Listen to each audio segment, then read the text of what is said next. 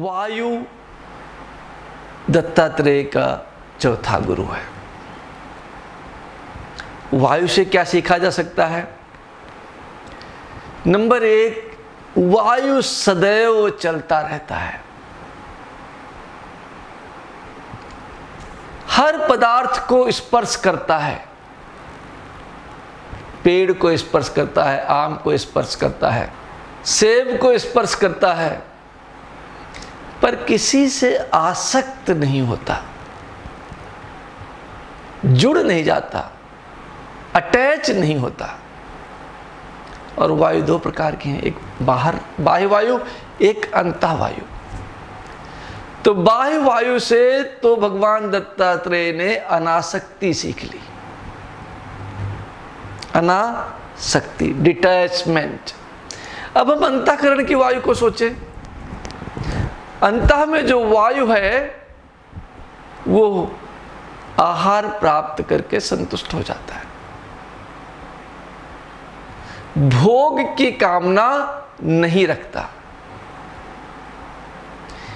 जैसे आहार मिल जाता है उसको संतोष हो जाता है।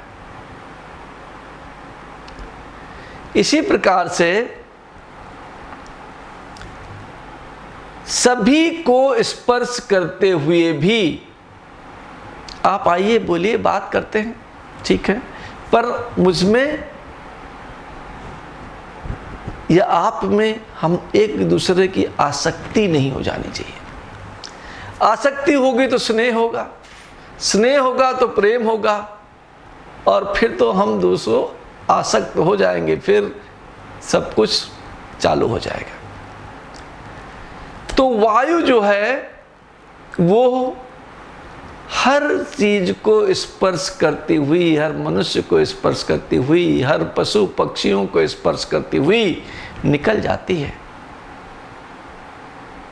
रुकती नहीं, बंधती नहीं, आसक्त होती नहीं। और जो अंतःकरण की वायु है जठराग्नि, अंतःकरण में वायु है, आपने सुना ही होगा, प्राणापानो व्यानो समानो उदानो। प्राण, अपान, व्यान, समान और उदान, ये हमारे शरीर के भिन्न भिन्न कार्यों को संपन्न करती रहती हैं। कैसे करती हैं? भोजन मिला, उसे ऊर्जा और स्लज में परिवर्तित कर दिया, ऊर्जा और मल में परिवर्तित कर दिया, ठीक है। और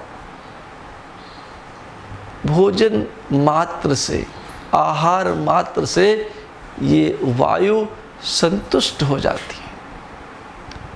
इन्हें भोगों से या भोगों में आसक्ति नहीं होती है।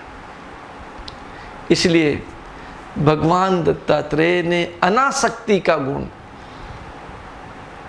नॉन अटैचमेंट या डिटैचमेंट, जो अनासक्ति का गुण है वो वायु से सीखा है।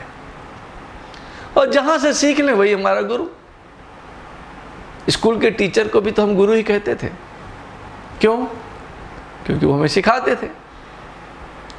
कभी किसी ने सिखा दिया बालका बालको बालका, विभक्तियों को सिखा दिया, और जैसे ही विभक्तियों को उन्होंने सिखाया वो हमारे गुरु बन गए।